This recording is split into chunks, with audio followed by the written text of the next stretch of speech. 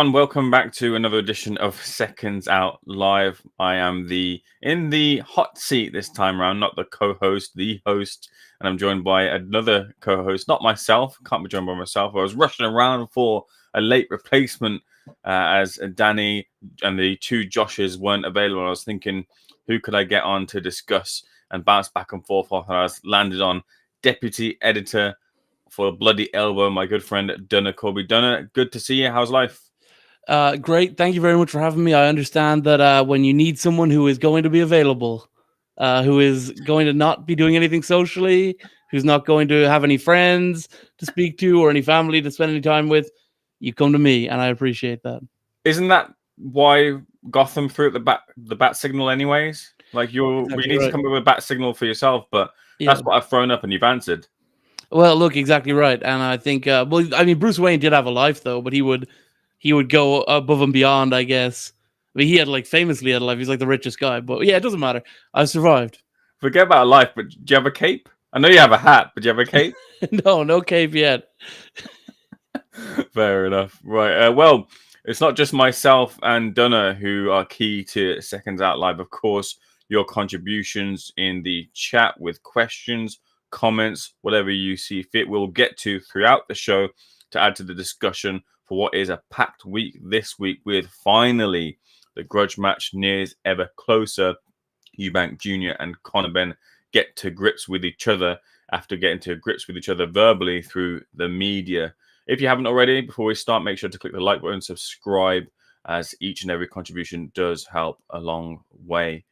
Starting off with the main topic that got the headlines, I did have the opportunity to go speak to, well, I didn't know at the time, but it was Michael. There was a walk that happened on the Wednesday of the week prior in aid of funding and supporting Michael Watson in his miracle walk. Michael Watson hitting 60 now after his injury after the second Eubank Jr. fight, wanted to raise awareness for brain surgeries and eye neuro, which is the foundation that's working with him. Peter Hamlin was the surgeon who operated on him and is looking to further his research. And Michael in London walked the full mile to get across his message to the wider public. And it was a brave and spirited and courageous effort from Michael and Chris Eubank Senior, who'd been vocal about the fight coming up this weekend, had appeared also and walked every step of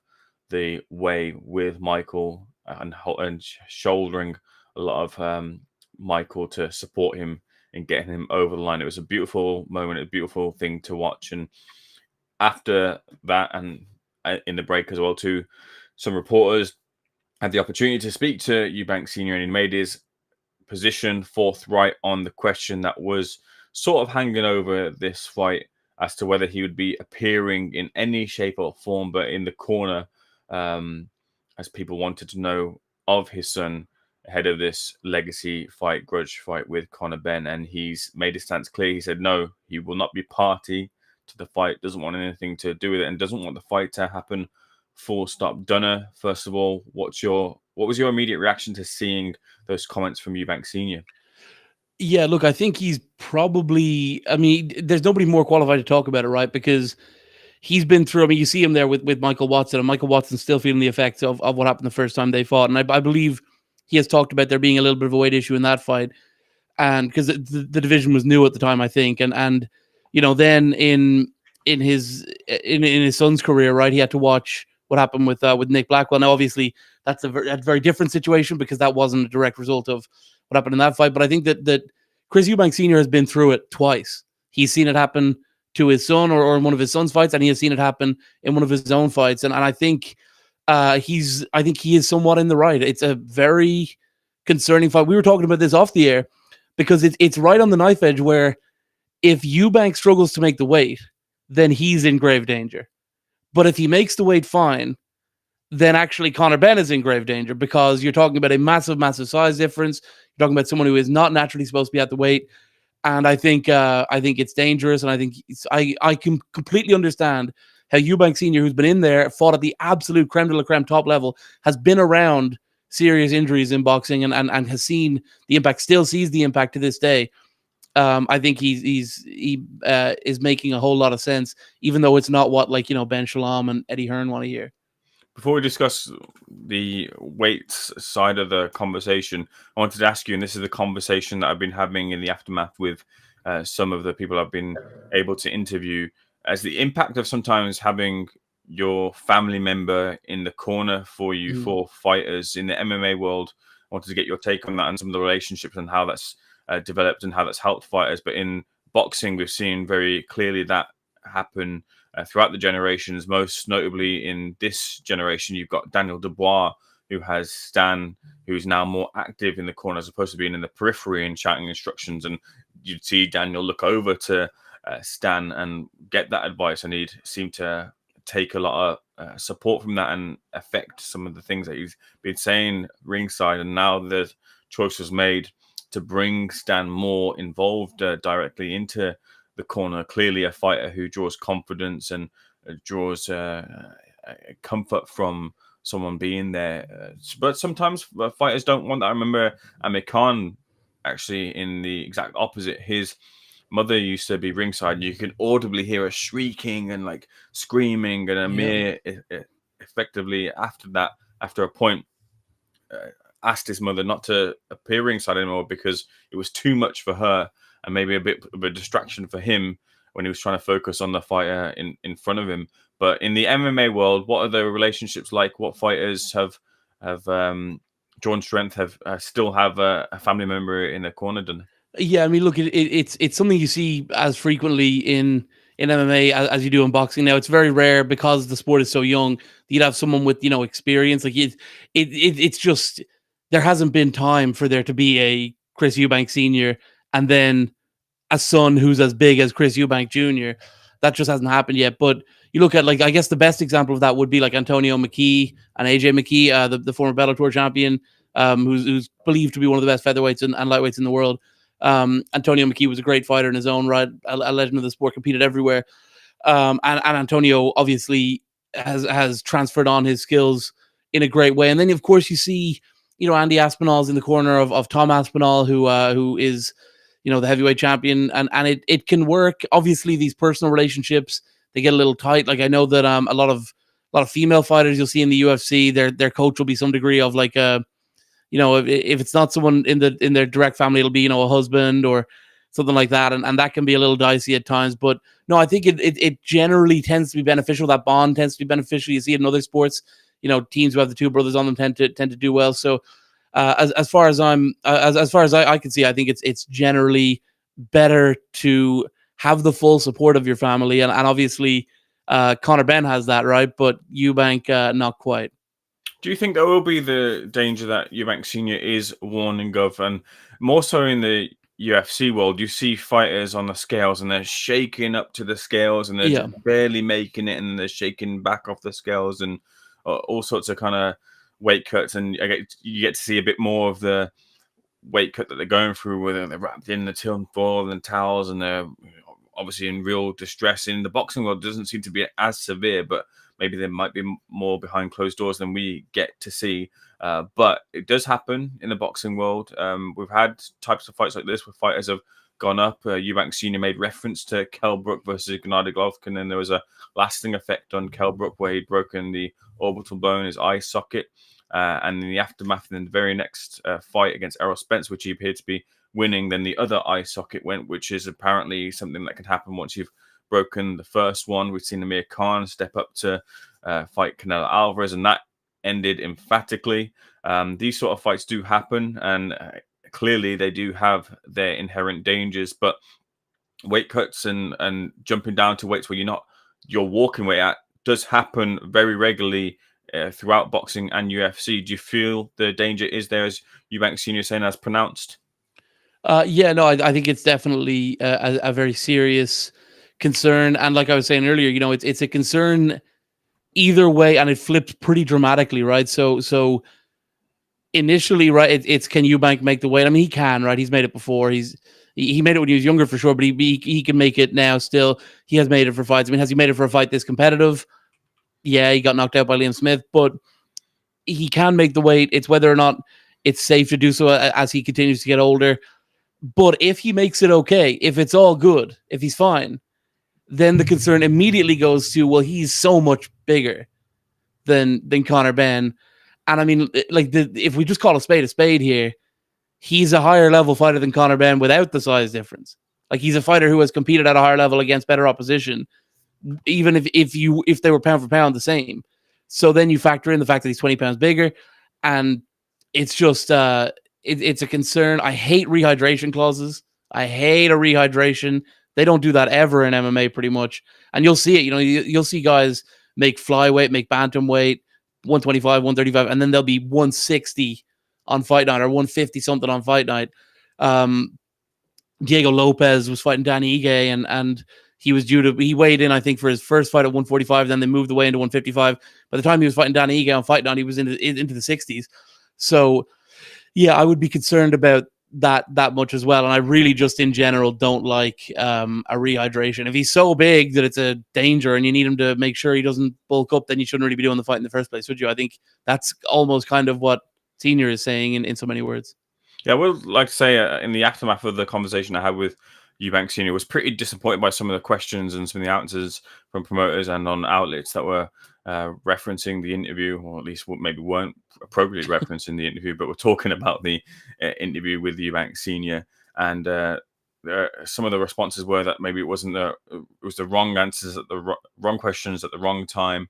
And I feel that's quite unfair, considering that was the right time to speak about the possible dangers in the fight. I don't stand on any side of the coin to say that this fight shouldn't be stopped or this fight should go on, but I do stand on the side of that it shouldn't be just selling the fight when it comes to the topic of conversation. More so, the conversation about the dangers should still be had and not be quashed down and silenced. That does need to take place. I had the conversation myself with Peter Hamlin, who was the brain surgeon who operated on Michael Watson. He said a number of fascinating things, a real good insight onto brain injuries and the impact of boxing. And he said that one of the three things that really led to problems within the sport, and that was one, it being mismatches.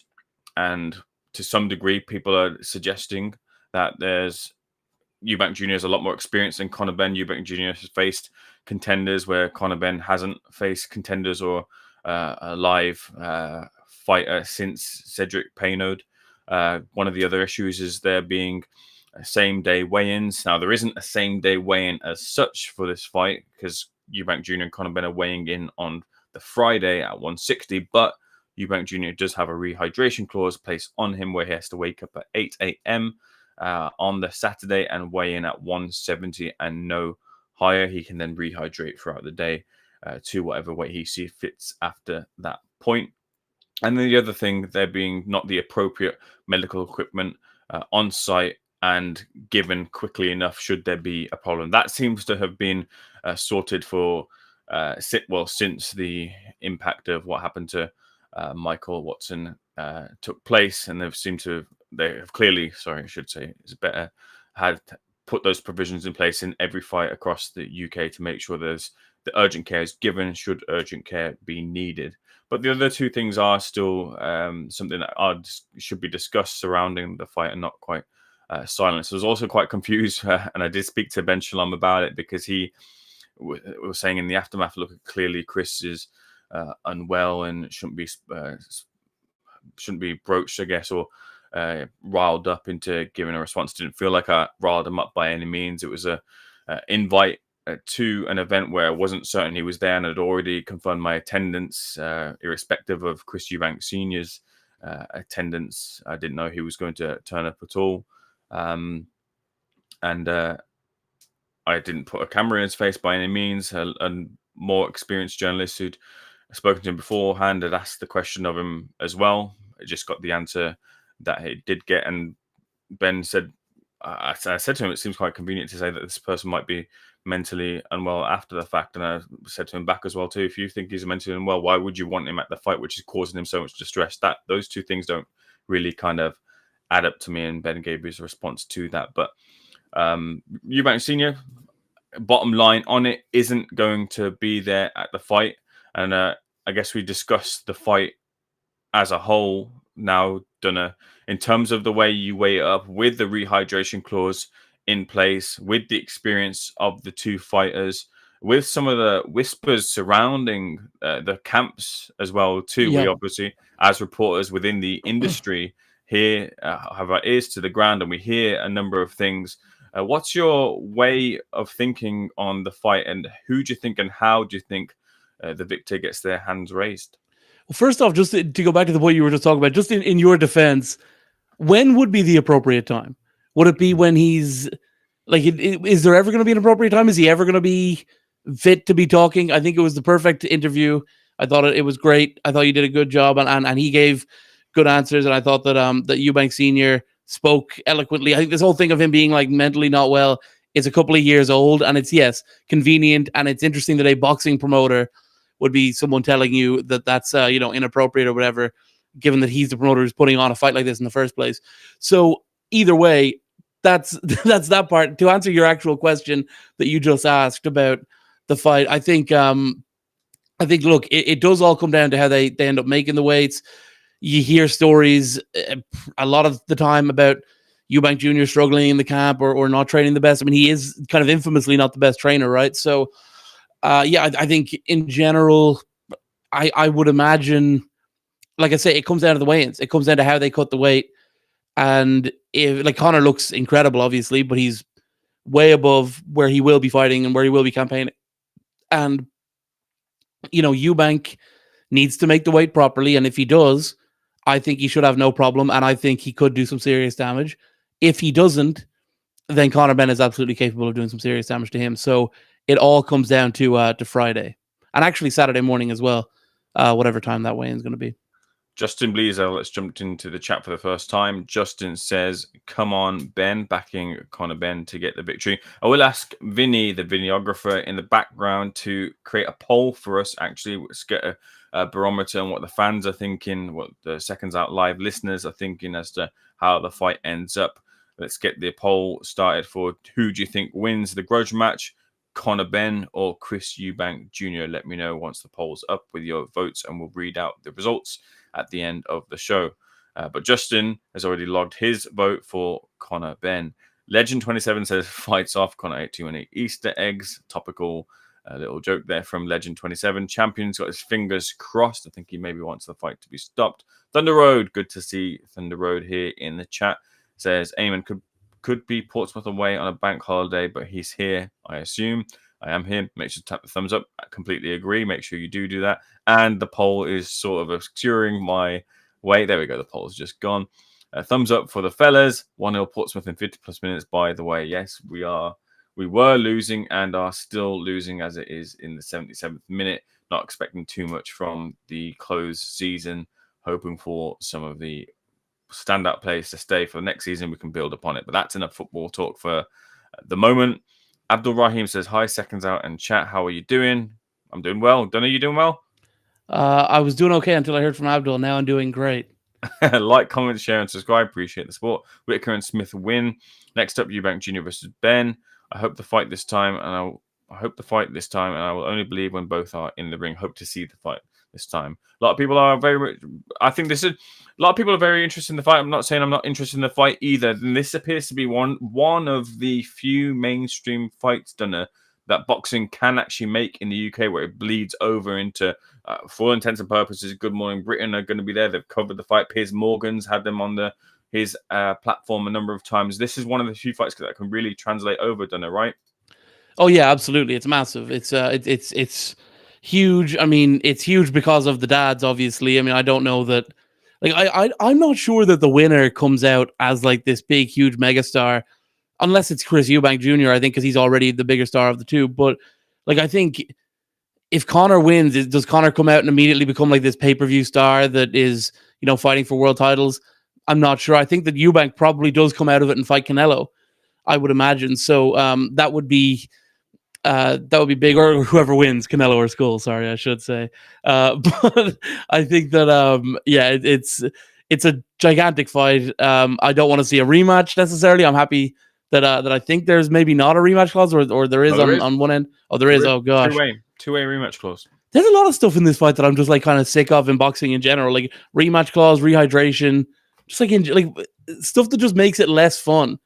Like what? Like how much less fun was Fury and Usyk won, knowing they were definitely going to do it again? I don't know. I do get and understand that there is a rematch clause in there, but the question really is, do you really need a rematch clause? These two are probably going to want to fight each other again because of the legacy, because of the money that's going to be made. You'd want to solidify that in their contract for sure, and contracts have been an issue, and I guess this last fight week. So I do understand that, but I certainly think that this is a fight that warrants, because of the grudge, because of the history, because of what their two dads did and how many they fought multiple times, that these two, you would have imagined, would have fought at least more than once, right? Yeah, I guess, except that like this feud isn't as bitter as the dads, right? Like I mean, it's not as legitimate. I think at the time, Nigel Benn and Chris Eubank Senior were the two best fighters in Britain, right? The two biggest stars. Like, that's not the case now. This is a forced together fight that was put together a couple of years ago, and that's kind of like they're squeezing a square peg into a round hole on this one in general, and it works because of the dads, but it's not like we need to see it again. It's not like, it's hugely impactful in, the middleweight division or anything, or, I think just in general, it's not something that we desperately need to see again. Maybe I'm just being cynical. I don't know, but I think it's entertaining. It's sick that it's happening. It's cool. It's going to be a fun fight week. But I think once it's over, it's going to be like a Mayweather-McGregor type of thing where, it's just, it was cool. It was awesome that happened. Jake Paul, Mike Tyson, another similar one. And now it's over. And the legacy is that it was fun that week. I think you are being cynical, Donna. Get out of here with your cynical ways. I actually also think that the winner is destined to be, if they aren't a pay-per-view star, they're very close to it, because this is huge. And if you look at Conor Benn's career, although he hasn't fought a live contender as he's climbed through the ranks as of yet, there's only one way after this fight. If you dispense of Chris Eubank Jr., like you're saying, a vicious knockout, which is what he's looking for, rendering unconscious is what he wants to do, and he keeps repeating throughout the build-up as how he wants to finish the fight, then those fights at welterweight, if you're staying there, he's talked about going back down, or 154, the ways you want to go. For many years, Conor Benn has talked about and name dropped the names of your Boots Ennis's, Mario Barrios, other fighters, Terence Crawford's, other fighters, but these fights have never materialized. Once you beat Eubank Jr., where can you really go? Behind or backwards isn't the way you can. So it's a legit A side, because he would be the B side, or at least he wouldn't be the champion in the fight. So however you want to look at A side, B sides, let's toss that out the window. But either way, he's going to be in a world championship fight or a big fight against one of those big fighters, unless he goes a complete different way and decides to go the route of taking on a Conor McGregor or a Floyd Mayweather, which I don't think he'll do. Some kind of suggest that he might even retire after he's had these two fights and maybe just be done with boxing because of the last few years and the impact. Do you think Conor Benn might retire? Yeah, because that's what some people, when you have discussions within the media, that might be a possibility. I don't know how real that is. Certainly, I don't think Conor Benn has ever said that. I don't think you put yourself through what he's put himself through the last few years to only do one more fight. But it might be the way that he reacts to it, considering how the last few years have gone. He's talked about the emotional turmoil that he's had gone through in the dark places.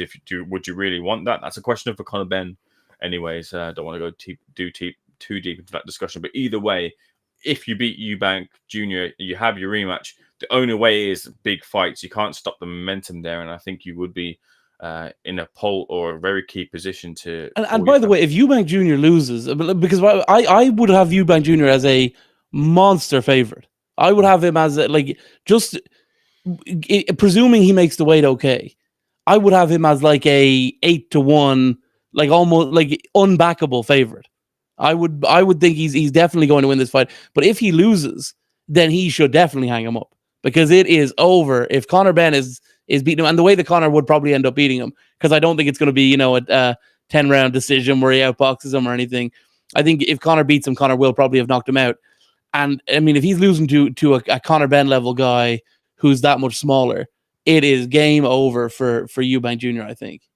Let's throw in a little bit of a topic to discuss, because I have these conversations sometimes in the gyms, and some trainers have said to me, like, look, if you're Eubank Jr. and you've got a lot of money in the bank, you'd imagine, you've got the access to the best nutritionists, the best nutrition / science kind of persons to get you rehydrated, to get you where you need to be. Surely you can get that process down to an exact science where it's not going to harm you as much on the night. Is it really Eubank Jr.'s complete responsibility, especially if he signed up on it, to make sure that he makes becomes that full version of himself on the fight on fight night, and doesn't have the weight cut hamper him because he's got the science and got the process done down to a T?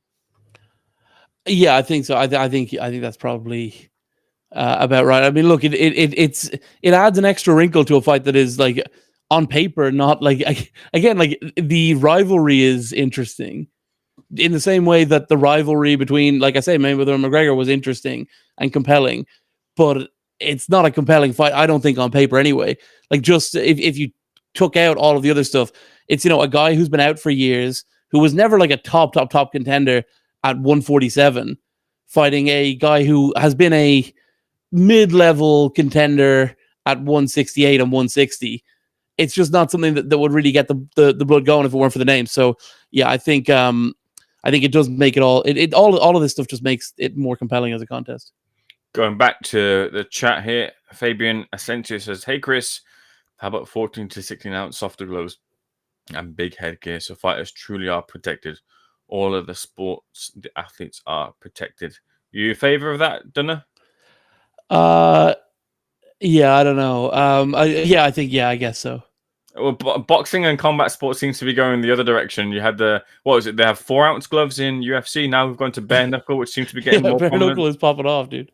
Soon we got power slap as well, which is just like, don't protect yourself at all.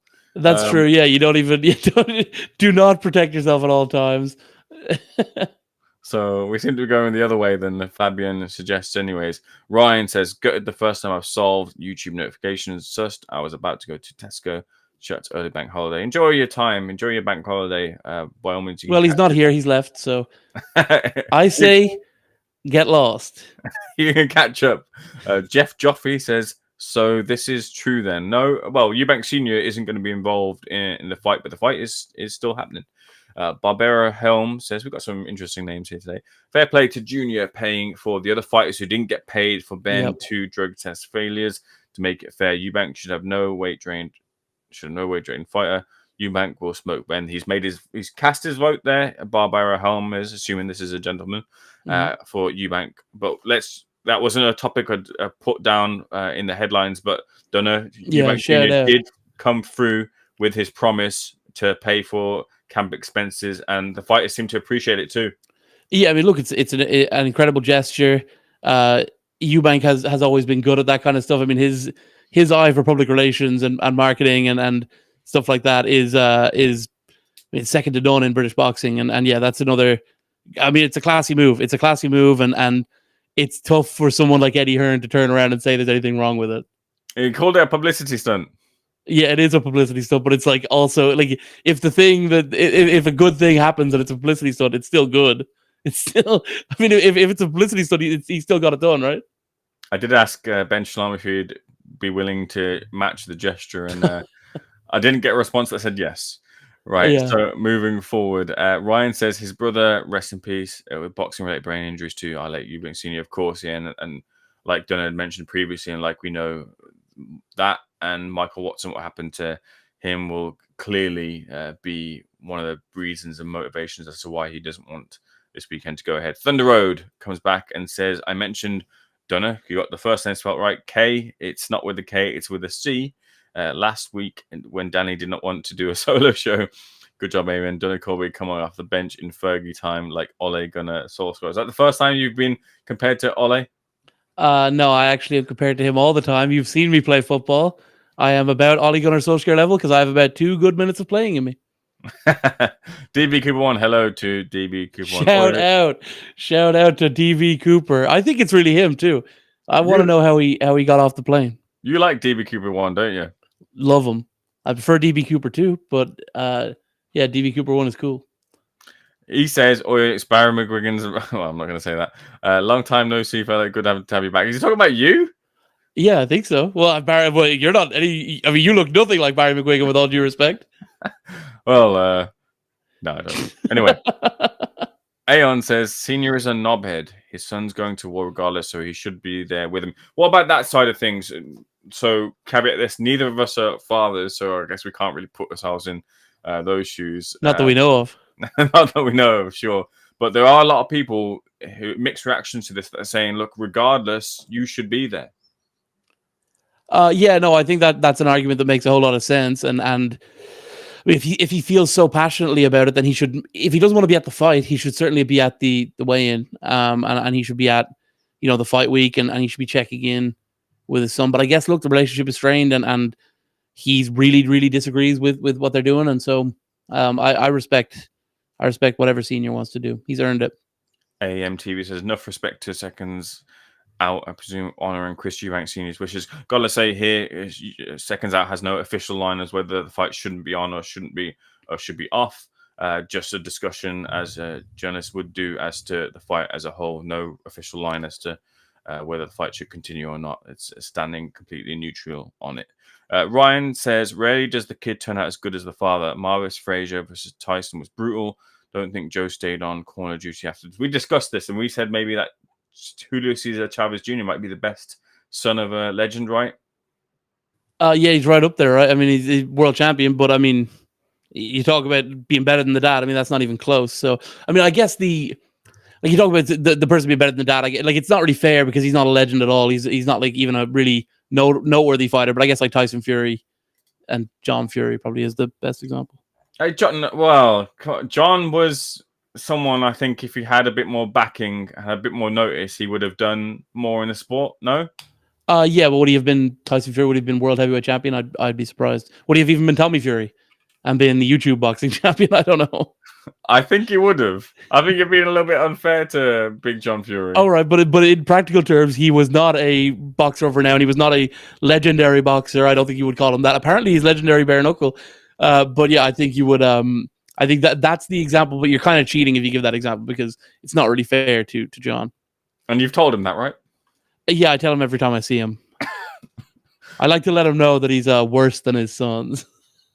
Moving on swiftly, we've just jumped down to the bottom of the. Here you go. AMTV comes back and says, "Shame them who's trying to make these kind of matches." That's certainly what Eubank Senior has been saying in the last week. Dara O'Malley says Kelbert's career ended when he fought Gennady Golovkin. AMTV also comes back and says they both have a better career path without these type of matches.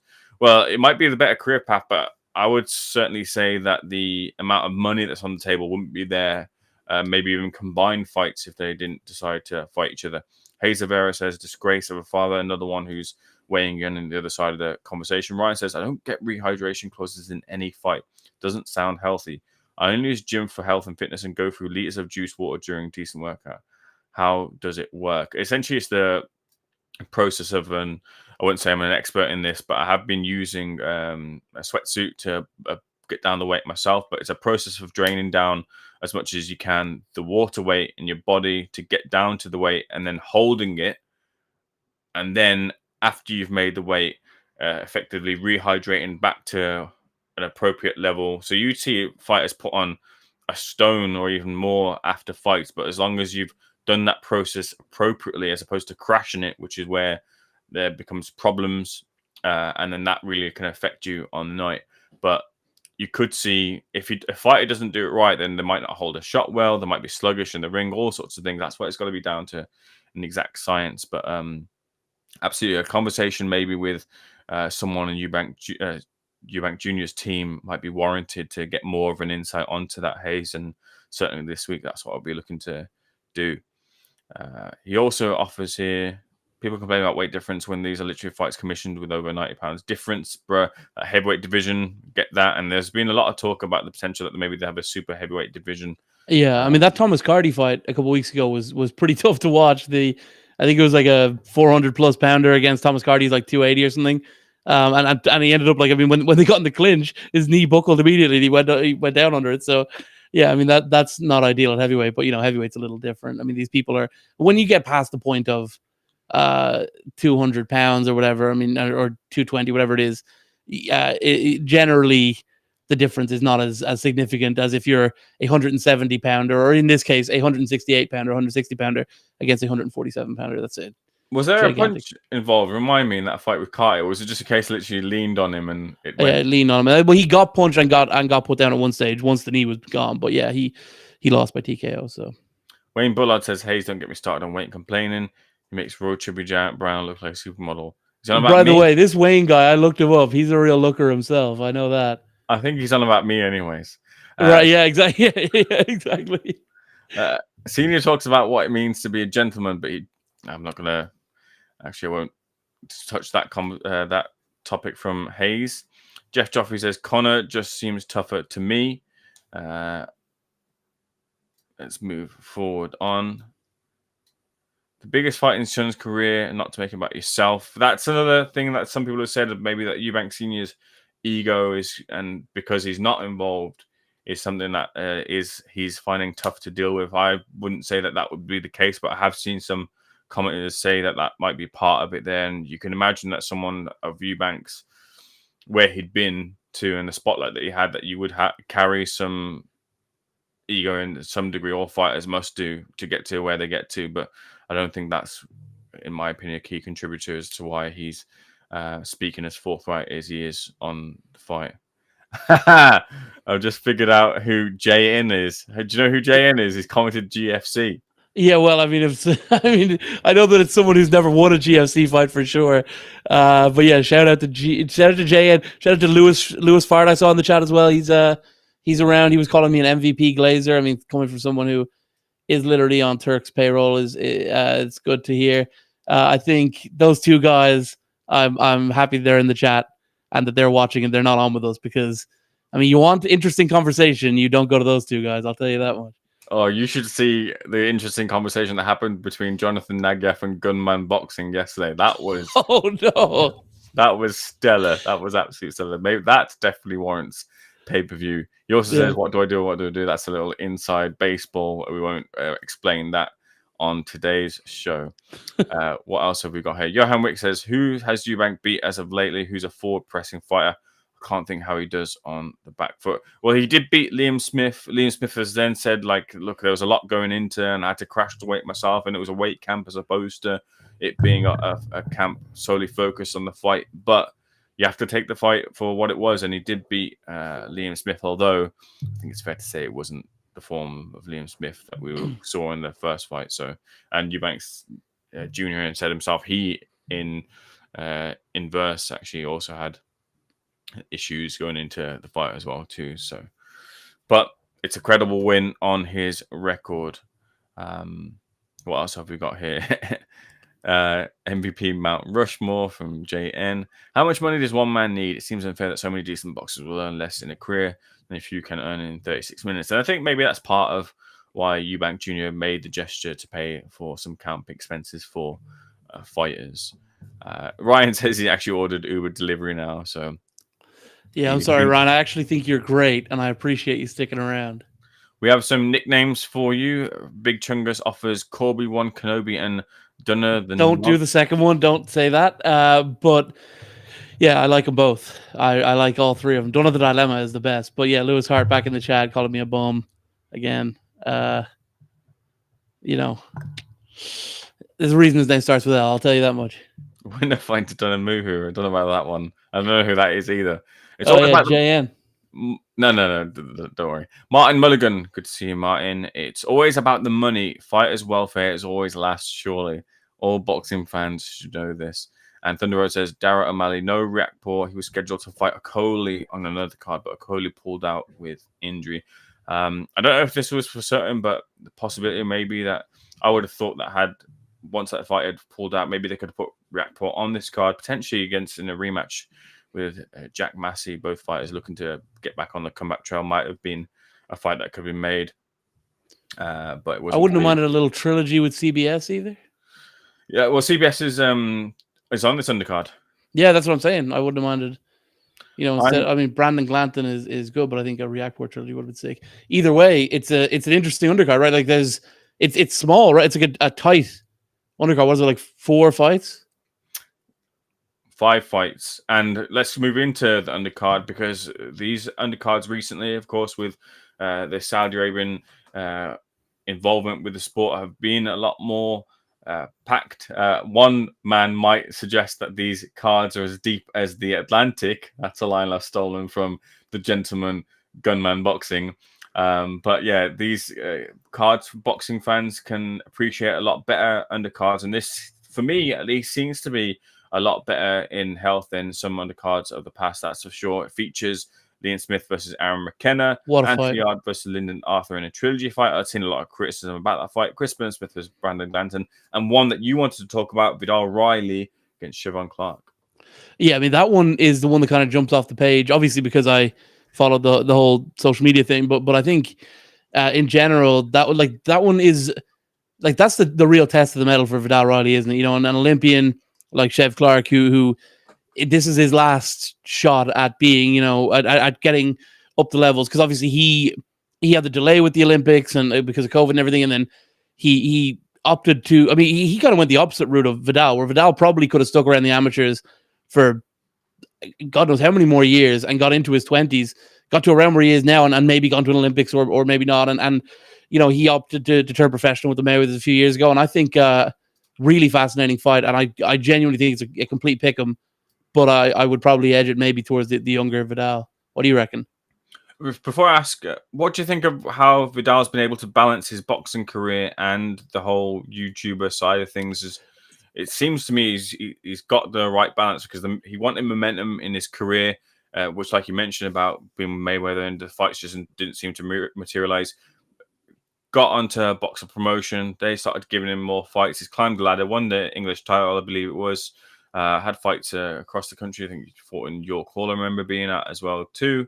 And now he wants that kind of real big step up against Chev Clark, who's been with the GB set up, a good and talented fighter in his own right as well. But do you feel he's got that balance right, Vidal, in creating Yeah, I content? mean, Vidal is probably, like, when this whole YouTuber boxing thing is all said and done, he'll be the person who has emerged from it, and his path will be the path that makes the most sense, right? Because there won't be Misfits boxing forever, or even for that much longer. I don't know, and there won't be, you know, I mean, for as long as there's like interest in celebrities fighting each other, there'll be that kind of thing.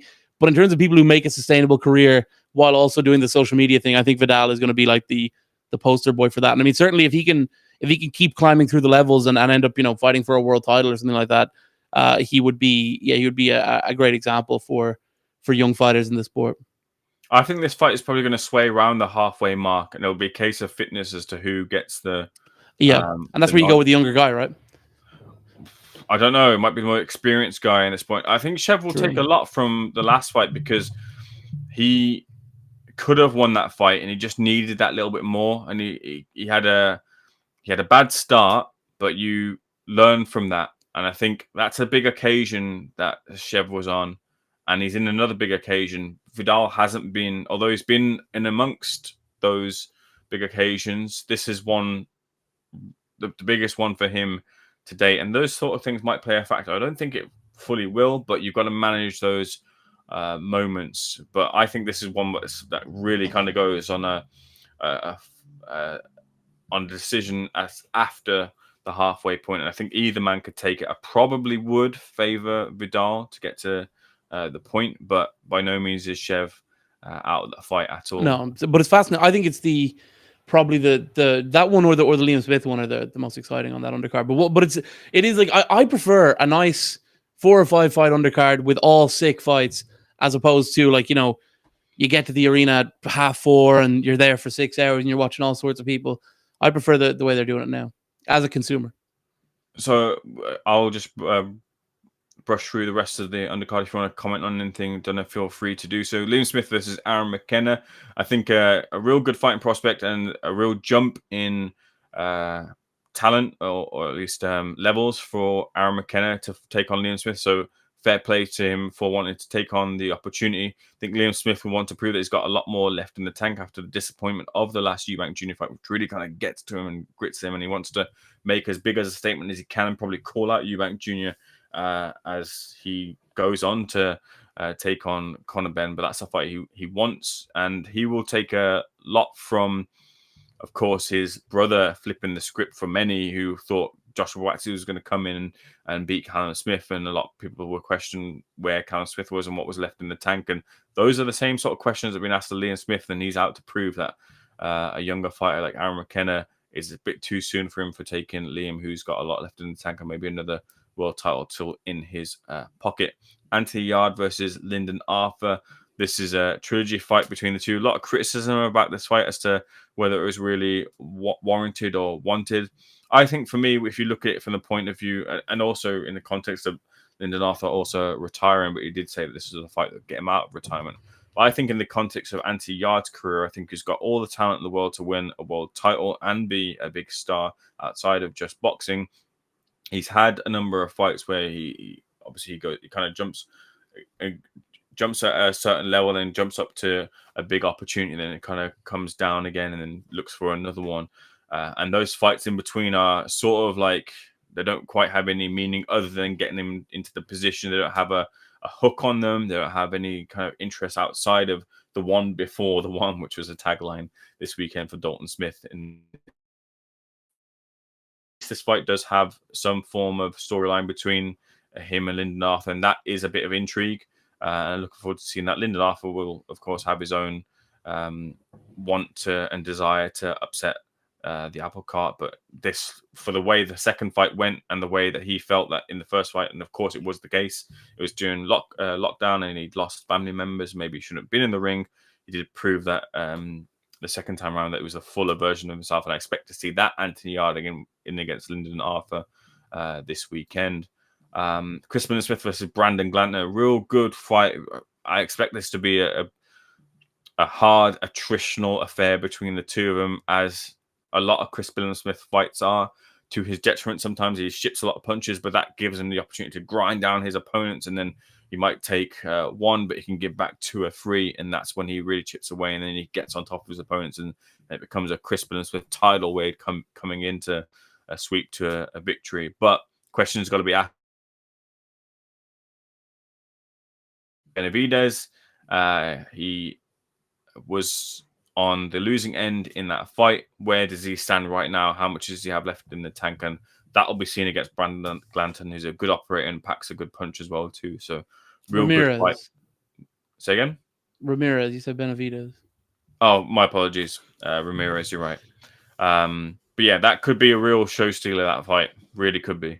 So yeah, no, all in all, a good undercard. Let me jump back into the chat and have a read of what you guys are saying. We had done the dilemma, which was his favorite. Here's a question for you in a second. There's 2 of them here from JN. I wonder who that is. Yeah. No, we've solved that, haven't we? How do you think the Times Square card will work logistically? Any ideas? Don't know. Have you heard? It will be difficult. No, I think it'll be like, I thought it was going to be like, the concerts they put on in Times Square. Like, you'd see, I saw Charlie XCX was there last time I was in New York in November, and it seemed like they just set something up and people can come in and out. But it looks like it's not going to be open to the public, which is awkward. Shutting down Times Square is really difficult to do. It's rare that you would do it. And yeah, I think it's going to be tough for my New York pals commuting that day. That's going to be an awkward one. By the way, I also see a question from Hazavero. P. Diddy or R. Kelly, who's your GOAT? What do you reckon, Eamon?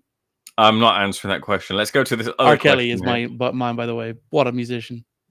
This might be the last appearance for Dunda Corby on SecondsOut Live, potentially. Yeah, do you have another question? So you have a chance to redeem yourself. What do you think of Chavez? Is he a good opponent for Jake Paul? Yeah, I think he's a good, good test. I mean, look, it's not what Jake's team wanted. They wanted Canelo Alvarez, which would have been hilarious and would have been a lot of fun and would have certainly been big for all of our numbers. But it wasn't to be for right now.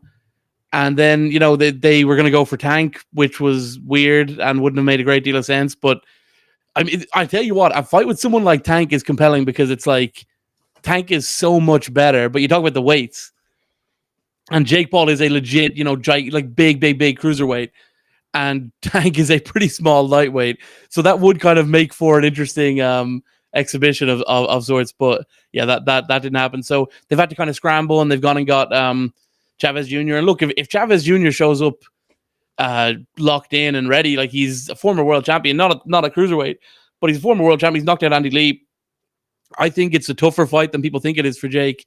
If Chavez shows up in a bit better headspace than he was maybe against Anderson Silva or against Uriah Hall. But yeah, really interesting fight. What do you think?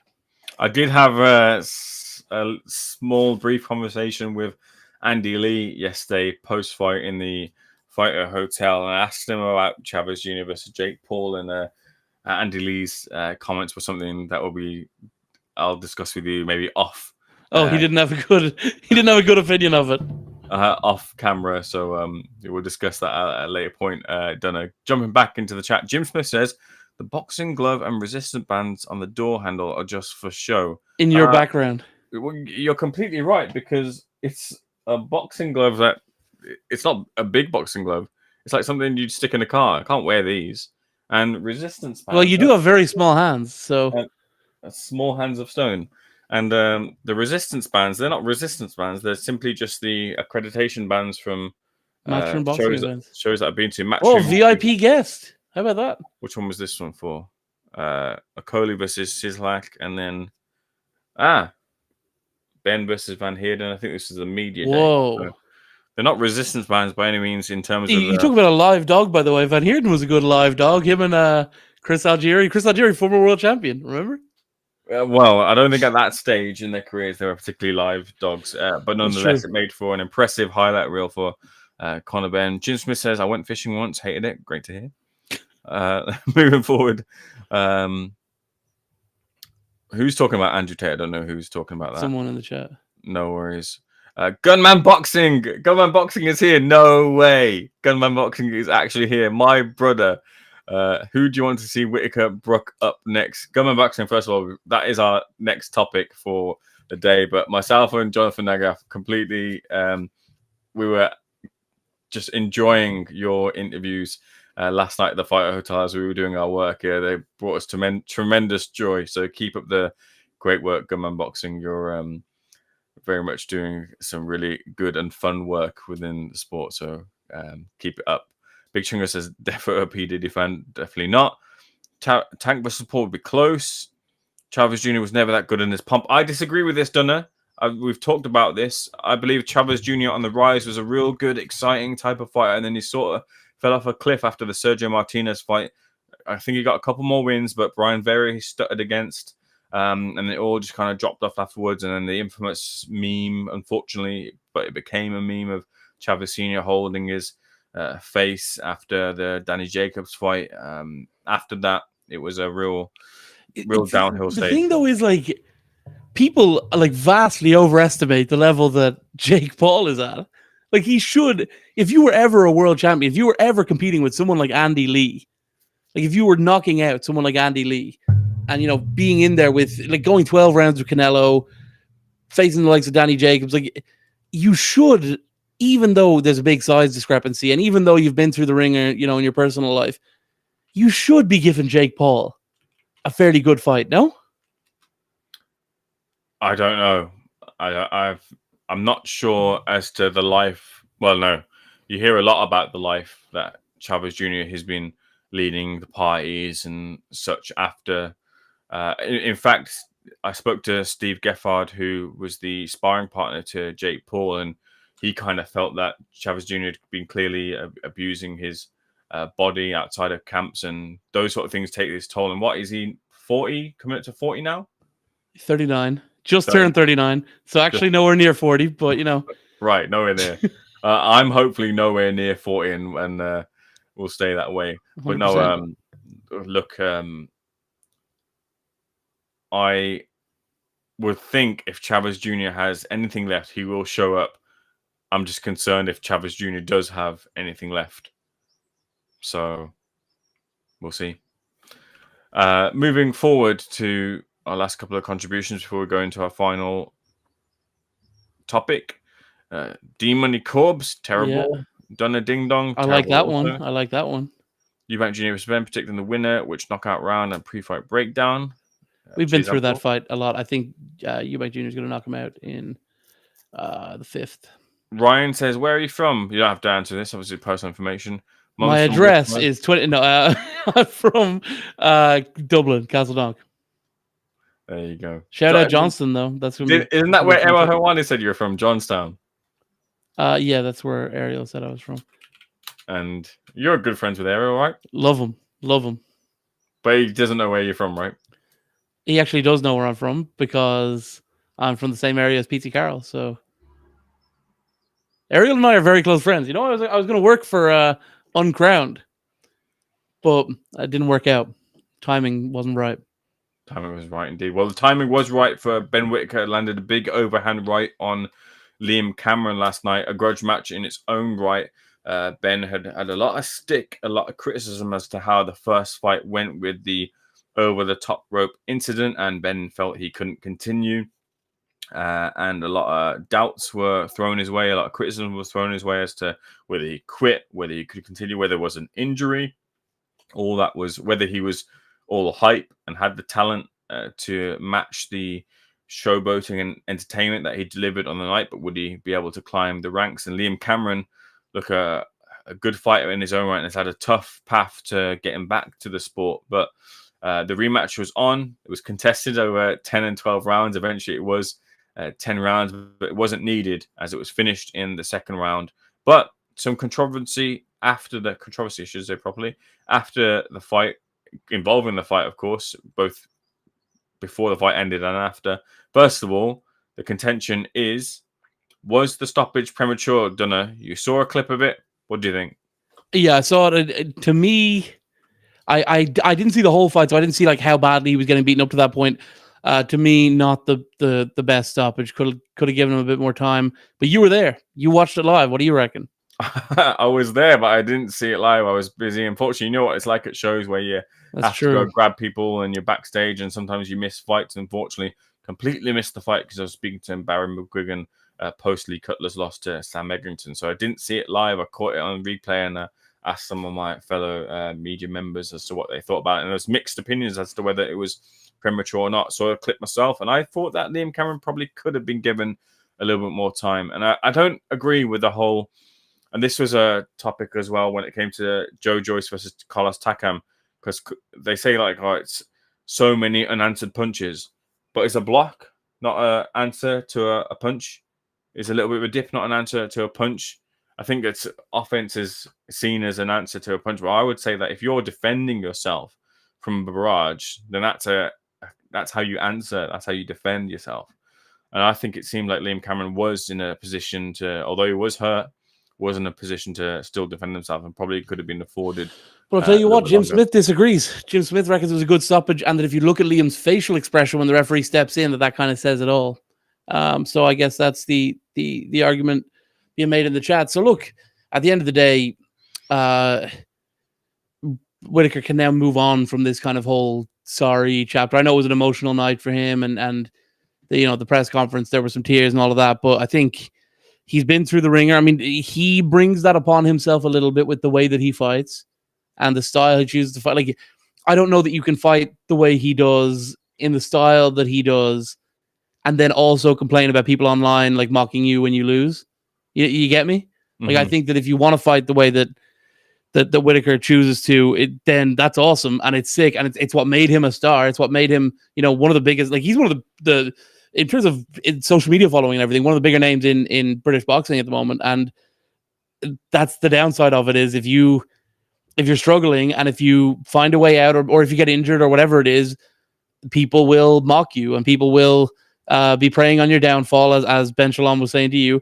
And that's just how it goes, bro. So I think it's unfortunate that was how it went. I know that he was emotional about it, but that's the downside of his style. But now it's all over, and hopefully we get back to some vintage Ben Whitaker.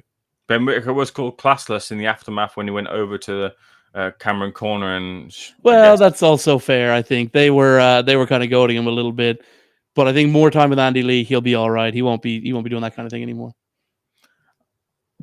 You're a fan of the showboating, Dunner. How many fighters do you see exhibit that sort of style in MMA? In MMA, you don't see a huge amount of. Anderson Silva was big. He used to do it a lot. You would see it a little bit. In current day, Sean O'Malley likes it. You'd see, I mean, Michel Pereira, not Alex Pereira, Michel Pereira. I mean, he's flipping around the cage and stuff. But yeah, you don't see. I mean, like there's a reason why Ben Whitaker is such a star, and that's because I mean it's very very difficult to fight the way he fights and still win and be competitive and all of that. Like Michel Pereira's record, he probably is the closest thing to a Ben Whitaker, and he's nowhere near. I made the point last week, so I won't labour it too much, but I feel like there needs to be a process of maybe slowing Ben Whitaker down now and giving him some fights and giving him some experience and racking up more of those highlight reel finishes and highlight reel moments to build back his star after he's had this little rivalry with Liam Cameron. Hopefully, Liam Cameron, I was hoping to get a question in at the post-fight press conference, but the microphone didn't go my way, and I wanted a little bit of a word from guys on the panel as to Liam Cameron, who had a real tough time himself, like I mentioned, getting back into the sport. So hopefully he gets another opportunity as well, because he does deserve another fight as well too. Let's get to the chat one last time before we close out. Al Cuepo Boxing says Whitaker versus Jesse Hart or Zach Parker should be next. James Smith says it's a dangerous sport. These guys get hit harder now with more advanced training methods. Ref can sleep easy that none of the fighters are getting lasting life damage. Fair point, Wayne. Yeah. Ben Whitaker versus Jaya Patai. I think that's way too soon, and also completely different weights at the moment. Ben Whitaker's at light heavy. Jaya Patai is at cruiserweight, talking about potentially debuting at heavyweight as well. But even then, I wouldn't be putting Ben Whitaker in the ring with Jaya Patai. Darren O'Malley says, I think they'll do Whitaker Aziz next. That's a possible fight. A Benchline wouldn't be pinned on a fight. Jim Smith says, right, got to go, lads. Got an essay to finish. Good luck with your essay. Peace to you too. Ryan says, rather than early stoppage than late, seen a live bout that the ref threw the towel back to the corner. Crowd pressure, etc., led to ref letting a guy get bashed. Never fought again. Fair enough, Ryan. We'll leave that there for this week's Seconds Out Live. Before we go and before we round out, we have a poll. And Vinny, if you could, in the background, do the Lord's work and end the poll so we can get the results of our poll. And we asked you who wins out of Chris Eubank Jr. versus Conor Benn. And it is a flip of the numbers. 63% say Eubank Jr., Conor Benn, 36% of the votes. Dunno, do you think that's fair? I think that's very fair. I can see how you might think Conor Benn will win, but like through the ways I've talked about before, but to me, it's just it's all Chris Eubank Jr. I would imagine. Well, we're at the end of the show, and as is usually customary, the last word goes to the co-host. And this week it's Dunner. But before we give him that last word, and he can think about what he wants to say, so you can say more than just a single word. You can go through a few sentences, Dunner. But I'd like to thank everyone who's listened into this week's Seconds Out Live, who's contributed in the chat with their questions and offerings. Click the like button, subscribe, leave a comment as well too if you're watching on the replay as well. We do answer them and get to them throughout the week, and I hope you do enjoy another action-packed weekend of boxing. Chris Eubank Jr. versus Conor Benn. Of course, you know by now that's happening on Saturday, but we will be there on the ground for you guys. Oh no, I will be. Oh, you will? I will. Yeah, I should be there at least on Wednesday on the media workout and the press conference as well too. You won't be there on fight night because that's a Raheem. That's an A-team job. I'm not. No, I. In fact, actually, if we get accredited for fight night, as an additional one, being myself, I had the choice to be there, but I would rather not be, because I'm flying the next day to Saudi Arabia and would like to just put down the boxing for a moment and. Yes, that's true. Heading out to Canelo Alvarez, first Canelo fight. First Canelo fight against William Skull. What's your thoughts on that one? Real barn burner. You like that one? No. I think it could be a good fight. And imagine if you're in the audience for a big Canelo upset and William Skull gets the victory. It could be really interesting. It could be as interesting as if Berlanga had beaten him, or if Munguia had beaten him, or Canelo's just like, I'm upset that he chose Saudi over. I don't want to get you any more trouble with that side of things, but I'm upset as an independent person on the show. I'm upset that he chose Saudi over Jake Paul. I would have liked to have seen him fight Jake Paul. I think that would have been more fun than any of these other fights they're going to do. But yeah, it's going to be awesome to go see Canelo live. That's pretty sick. Absolutely. It's going to be. I'm really looking forward to going to Saudi Arabia. We all know that the relations have been smoothed over and everything's now. Yeah, shout out His Excellency. Indeed, and I'm looking forward to coming back to Saudi Arabia next week and reporting on William Skull versus Canelo versus William Skull. But as I was saying before, you rudely interrupted me, Dunner. I was saying we will be on the ground for Eubank Jr. versus Benn. Myself, Raider Raheem, Frank Trevor as well too will be on the ground to bring you the latest developments, interviews, and any breaking news that happens across the week that is Eubank Jr. versus Benn. That is everything I've got to say. Make sure you're tuned in for those interviews. Predictions as well has been compiled up, and you can watch that on Seconds Out Live as well too. Some of the latest, biggest, and greatest names. Giving their predictions. Check it out if you want that for your fix before the fight happens. Donna, the last word goes to you. What do you want to say to close us out? I want to say thank you very much for having me. BloodyElbow.com to follow. You'll find me on social media. I'm sure I'll be pissing people off on there. So BloodyElbow.com. That's where you read all about MMA. BloodyKnockout.com if you want to read about boxing. I appreciate being on here, and to everyone who didn't join today, Flexen, the Joshes. I mean, Raheem could have been on here. Chose against it. I want to say I'll see you all soon, and thank you for allowing me this opportunity. The Josh.